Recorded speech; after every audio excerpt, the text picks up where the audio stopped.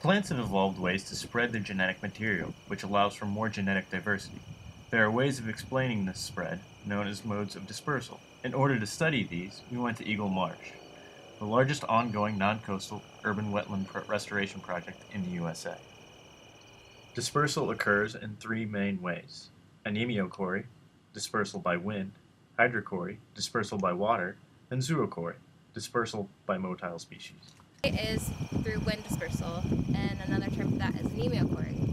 And there's a couple great examples of how seeds will disperse by wind.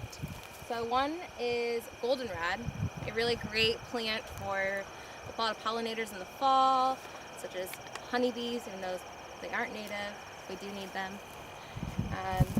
Their seeds will dry up in the fall and turn into fluff, which will be carried out in the wind elsewhere throughout the preserve and help spread genetic diversity of goldenrod.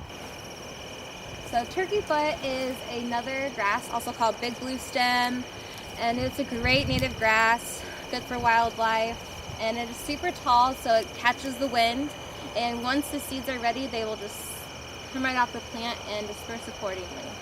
On a really windy day, they could travel in spreading the seeds. It can either take the seed kind of far off in the wind to travel many feet, many miles if it's a super windy day, or it also can just help seeds fall from the ground, or fall from above to the ground and get to the ground, which is where they need to start in order to grow in the soil. So an example for a characteristic of seeds that are dispersed by wind is that they are very small. For example, there is things that are bigger, such as something like a nut, that'll fall straight to the ground and cannot be taken by the wind. But for these that are very light and fluffy, they get taken by the wind very easily. So for the case of the larger nuts and things like that, it may be possible for them to be dispersed by other types of dispersal, such as zoochory by animals. Is a patch of berries and sunflowers, and they are an example of how seeds are dispersed by zoochory, because animals can eat the berries and or the sunflowers and then drop their seeds either before they have finished their meal or after they've finished their meal, once they've digested the product, and then laid it in fecal matter onto the ground. Some seeds are called hitchhikers, and they will attract themselves to small animals such as rabbits or groundhogs, mice even, and they will attach themselves to their fur, or they could even be attached to larger animals such as fox, deer, coyote, and they will stay on the fur until they hit another type of plant and they drop into another part of the marsh, helping spread the genetic diversity of that plant and hopefully helping the marsh become more.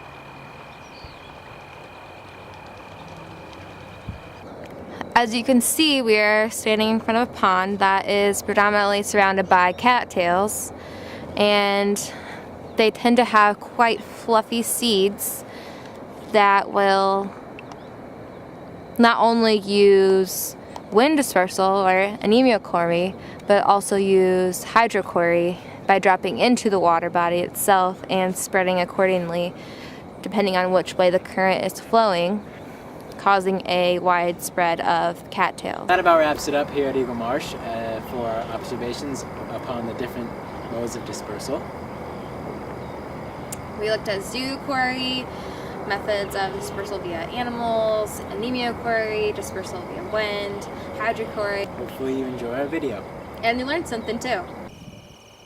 It's important for plants to disperse and have multiple ways to do so because they are unable to move like animals. Dispersal through wind, water, and other mechanisms allow for seeds to continue evolving and for them to pass genes to future generations.